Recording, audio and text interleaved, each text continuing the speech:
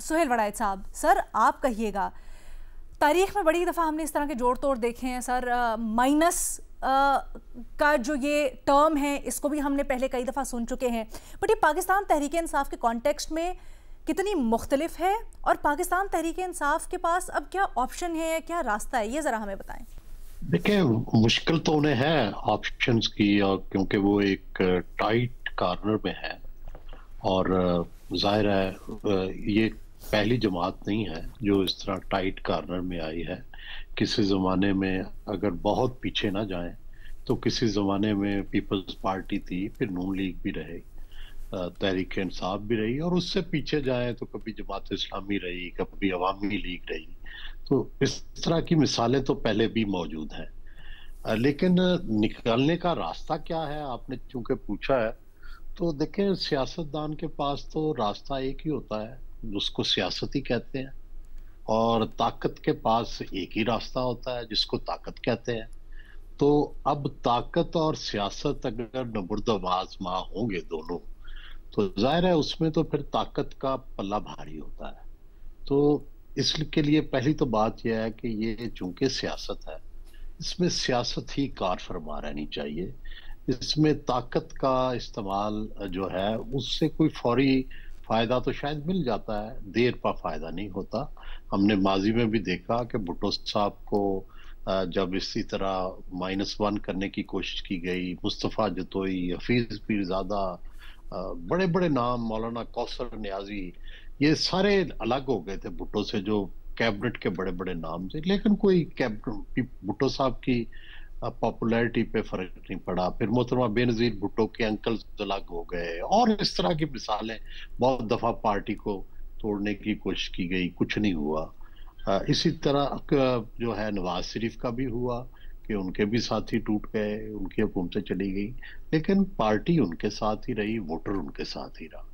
तो बुनियादी बात यह है कि सियासत के असूल और हैं, लोग यहाँ पर्सनल जो टच है उसको बहुत अहमियत देते हैं, और यहाँ पार्टियों की कोई अहमियत नहीं, यहाँ पर्सन्स की अहमियत है। तहरीक इंसाफ को आज तोड़ दिया जाए तो जिस जिस पार्टी नई में इमरान खान होंगे सब उधर चले जाएंगे। इसी तरह नवाज शरीफ की पार्टी नून लीग टूट जाए तो जिधर नवाज शरीफ होंगे उधर सारे लोग वोट डालेंगे। इसी तरह बेनजीर भुट्टो का भी मामला था कि अगर पीपल्स पार्टी टूट भी जाती तो जिधर मोहतरमा बेनजीर भुट्टो होती वही पीपल्स पार्टी होती। तो इसलिए, लेकिन सवाल यह है कि अब फिर इस मसले का हल क्या है। एक तरफ इमरान खान साहब जो हैं वो मुक्तदरा के साथ लड़ाई के दर पे हैं, और दूसरी तरफ मुक्तदरा जो है वो भी उसी तरह जवाब दे रही है। तो बुनियादी बात तो यही है कि लचक, मफाहमत, मुज़ाकरात, दुनिया भर में लड़ाइयों से कभी रिजल्ट नहीं आते। मैं तो 3 साल से मैं ये गुजारिश कर रहा हूं कि दुनिया में कभी कोई लड़ के एक दूसरे को हरा के भी नहीं जीतता, दोनों हार जाते हैं, और जो जो बज़ाहिर वो जीत रहा होता है वो भी हार जाता है। तो मेरी गुजारिश तो यही है कि मुल्क को चलाने के लिए, सियासत को चलाने के लिए लचक दिखानी पड़ती है, कोई ना कोई रास्ता जो 100% आपकी पसंद का नहीं होता उसको भी मानना पड़ता है। तो यही एक रास्ता है। अगर वो आज तो ठीक है, फिर लड़ते रहे, मरते रहे, जागते रहे, मरते सोते रहे। मैं तो 3 साल से कह रहा हूं, ना वो तहरीक इंसाफ को बात पसंद आती है, ना वो नून को पसंद आती है, ना मुक्तदरा को पसंद आती है। भाई सवाल ये है कि पूरी इंसानी तारीख में क्या लड़ने से, एक दूसरे को मारने से मसले हल हुए हैं? अगर तो हल हुए हैं तो वो कर लें, और अगर उसके लिए दुनिया भर में मुज़ाकरात के जरिए, सुलह के जरिए, रास्ता निकालने के जरिए ही रास्ते तय होते हैं, तो वो तो अब तो इमरान खान भी कुछ समझ लें और तहरीक इंसाफ वाले भी कुछ समझ लें। जो ताकत होती है उसमें तो चूंकि बहुत नशा भी होता है, और उनको ये भी होता है कि भाई हम बहुत ताकतवर हैं, तो वो उनको इतनी जल्दी समझाना मुश्किल होता है, उनके लिए वो समझना आसान नहीं होता। लेकिन जो विक्टिम है या जो कमजोर है उसको तो ये समझना चाहिए कि भाई इससे कैसे निकलना है। सियासत जो है वो मुमकिन नामुमकिन को मुमकिन बनाने का नाम है। सिर्फ वोटर नहीं होता। मैं बार बार कई सालों से कहता रहा कि सिर्फ मकबूलियत काम नहीं करती, यहाँ कबूलियत के लिए भी रास्ता बनाना पड़ता है। इमरान खान भी रास्ता बना के आए थे, भुट्टो भी रास्ता बना के आए थे, बेनजीर भी रास्ता बना के आई थी, नवाज शरीफ भी रास्ता बना के आए थे। यहाँ पाकिस्तान में एक सिक्योरिटी का यहाँ एक अपर हैंड है और उसकी एक खास वजूहत है। 6 जंगें लड़ चुके हैं हम, जिसमें पाकिस्तान की सिक्योरिटी जो थी वो बहुत इंपॉर्टेंट रही और वो अब भी हमें थ्रेट्स हैं हर वक्त। तो ऐसी सूरत हाल में फिर रास्ता निकालना पड़ता है जिसमें वो टोटली जिस तरह से जो अवाम की राय हो वही इम्प्लीमेंट हो जाए, वो नहीं होता। यहाँ रास्ता निकालना पड़ता है और वो रास्ता बहरहाल फिर अहले सियासत को ही निकालना पड़ता है, क्योंकि उन्हें ये आता है। तो अहले ताकत को तो ये रास्ता ही नहीं बनाना आता। सही सर, आपकी बात में बड़ी हिकमत, बड़ा वजन, लेकिन क्या वो रास्ता माइनस इमरान से होकर गुजरता है पीटीआई के लिए? क्या आप ये कहना चाह रहे हैं सादा अल्फाज में कि पीटीआई को माइनस इमरान पर गौर करना चाहिए? नहीं, मैंने तो मिसालें वो दी कि जिसमें ये नहीं हुआ। ये मुमकिन नहीं होता सियासत में। अच्छा, मैं तो ये कह रहा हूँ कि सियासत लेकिन खान साहब फिर मानते ही नहीं है। सब इससे पहले भी ये सारी एक्सरसाइज हो चुकी है और पीटीआई वाले खुद इस बात को ऑफ द रिकॉर्ड कहते हैं कि खान साहब मानते ही नहीं है बैठने के लिए। तो फिर क्या हो?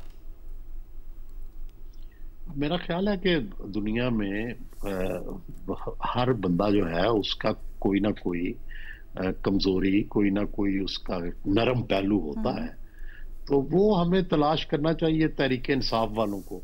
ठीक है, तहरीक इंसाफ की ज्यादा जिम्मेदारी है कि वो अपने लीडर को समझाएं कि इस वक्त क्या सूरत हाल है बाहर और किस किस मुश्किल में वो खुद भी पड़े हुए हैं। तो एक रास्ता निकालने की जरूरत है। और दूसरी तरफ मेरा ख्याल है कि स्टेट को भी और उसके जो पॉलिटिकल स्टेक होल्डर्स हैं उनको भी इस हद तक देखो, अगर सियासत में हिद्दत होगी तो क्या उसमें इकॉनमी तरक्की करेगी? अगर सियासत में इंतशार होगा तो क्या इकॉनमी तरक्की करेगी? क्या मुल्क के अंदर स्टेबिलिटी होगी? हरगिज नहीं। इसके लिए सियासत को भी ठंडा करना पड़ता है, माहौल को भी कशीदगी से निकालना पड़ता है। मुल्क को आगे ले जाने के लिए इंटरनल स्टेबिलिटी जरूरी है। एक्सटर्नली तो हमने साबित कर दिया कि हम जंग भारत से जीत गए, लेकिन उसी तरह इंटरनल स्टेबिलिटी भी जरूरत होती है। तो सुहेल साहब, आपको लगता है कि अगर पीटीआई बना लेती है खान साहब को तो अभी भी गुंजाइश है रियासत की तरफ से कि एक्सेप्ट किया जाएगा खान साहब को जुम्मे की प्रेस कॉन्फ्रेंस के बाद? देखना वो तो देखे ना, मफरूजा है ना कि भाई पहले तो क्या वो, मैं तो 9 मई से पहले भी उनसे जाके रिक्वेस्ट करता रहा। 3 दफा डेलीगेशन बन के गए, तब कब वो माने थे? जो मुझे तो अभी मफरूजे है ना कि वो कब कौन क्या मानता है, कितना मानता है, ये तो फिर उस पर तब बात होगी ना। फिलहाल तो बुनियादी बात है। ये आप एस्टैब्लिशमेंट के पास गए थे सर या हुकूमत के पास गए थे? नहीं, इमरान खान साहब। अच्छा, इमरान खान साहब, ओके।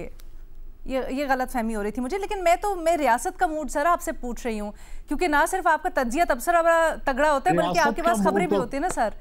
तो रियासत का मूड तो ये इस्लामाबाद में बैठे लोग ज्यादा बता सकते हैं। मैं तो एक फकीर सा एक कुटिया में रहता हूँ, कुल्ली में रहता हूँ, मुझे क्या पता कि सर भट्टी साहब के पास हम ले जाते हैं। अपनी राय दे रही हूँ। अच्छा।